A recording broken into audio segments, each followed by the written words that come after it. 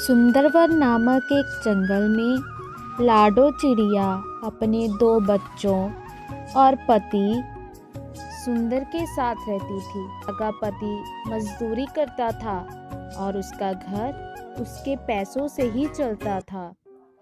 उन्हें एक वक्त की रोटी भी बहुत मुश्किल से मिलती थी। सुंदर की माँ बहुत बीमार रहती थी। एक दिन अचानक से सुंदर चिड़ा बीमार हो जाता है और पैसों की कमी के कारण उसे इलाज नहीं मिल पाता, जिसके कारण उसकी मौत हो जाती है। सुंदर का एक भाई होता है जो बहुत ही मतलबी और चालाक आदमी होता है। उसका नाम कल्लू चिड़ा था। उसने अपने भाई की मौत के बाद लाडो चिड़िया और अपनी माँ और लाडो चिड़िया के बच्चों का ख्याल रखने का दिखावा किया। थोड़े दिनों बाद कल्लू चिड़ा अपनी माँ से सुंदर की सारी खेतीबाड़ी की ज़मीन धोखे से हथिया लेता है और उसे किसी बड़े सेठ से बेचकर फरार हो जाता है।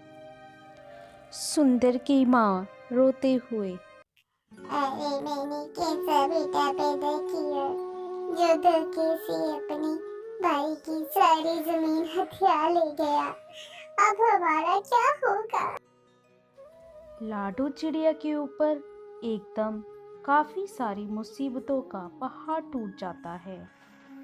वो बहुत ही परेशान रहने लगती है। वो सोचती है, मैंने कभी भी ऐसे बाहर कोई काम नहीं किया है, मुझे तो कोई काम भी नहीं आता है। मैं अपने बच्चों और अपनी सास का ख्याल कैसे रखूंगी?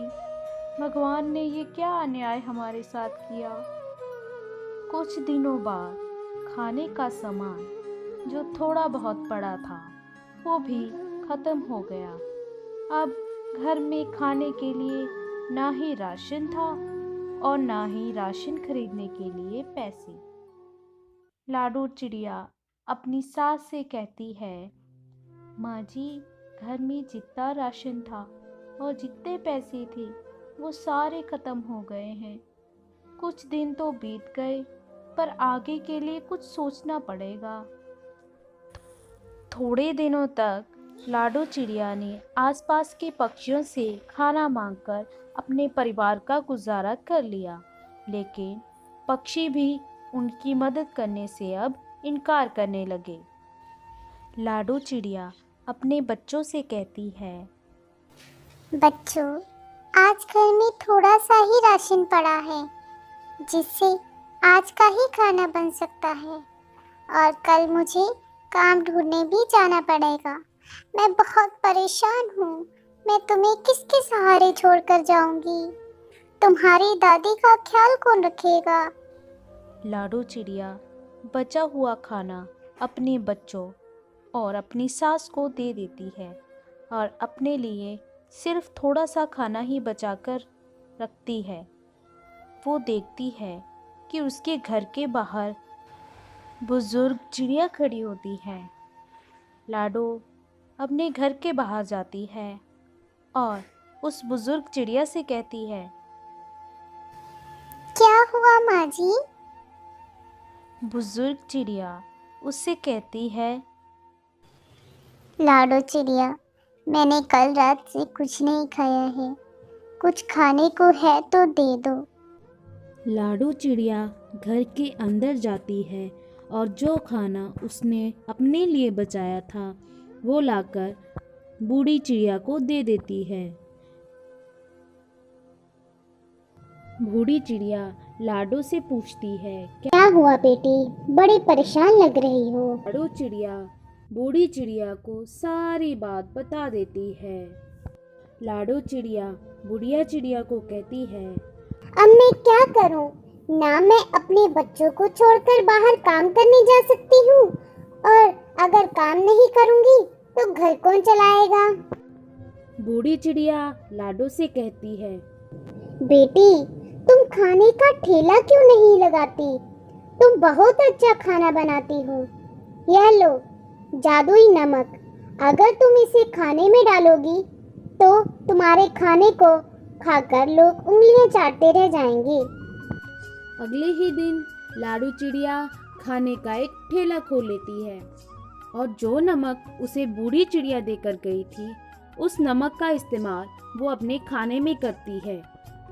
जंगल के पक्षी जब उसके ठेले पर खाना खाने आते हैं तो वो सब अपनी उंगलियां चाटते रह जाते हैं। सब उसके खाने की बहुत तारीफ करते हैं। अरे वाह, क्या खाना बना है, खाकर मजा आ गया।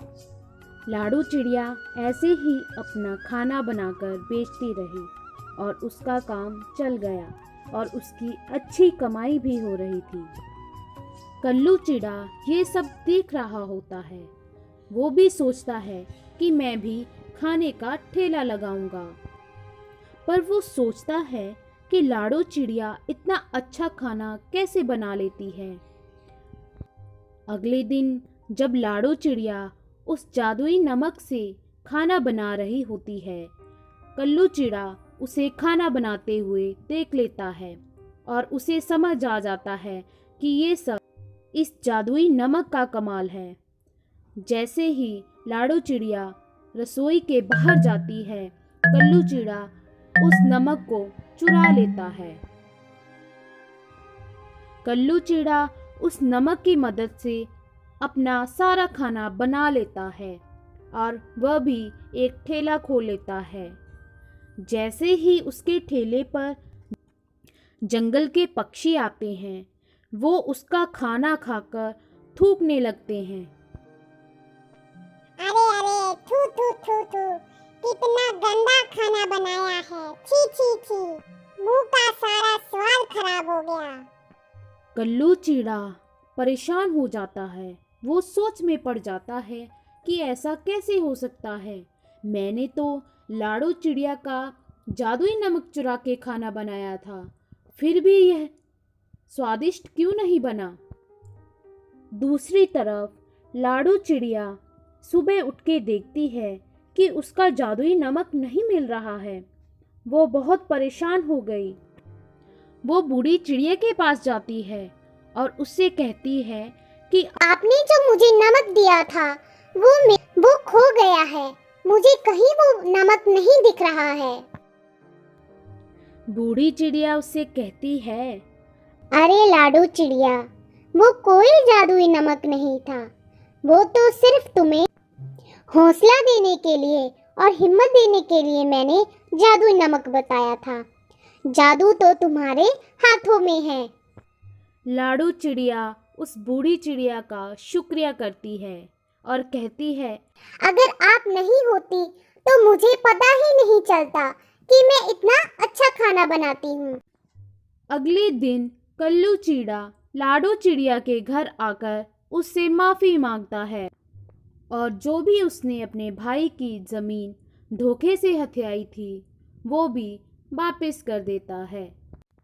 तो इस प्रकार धोखे से कभी भी जीत हासिल नहीं की जा सकती।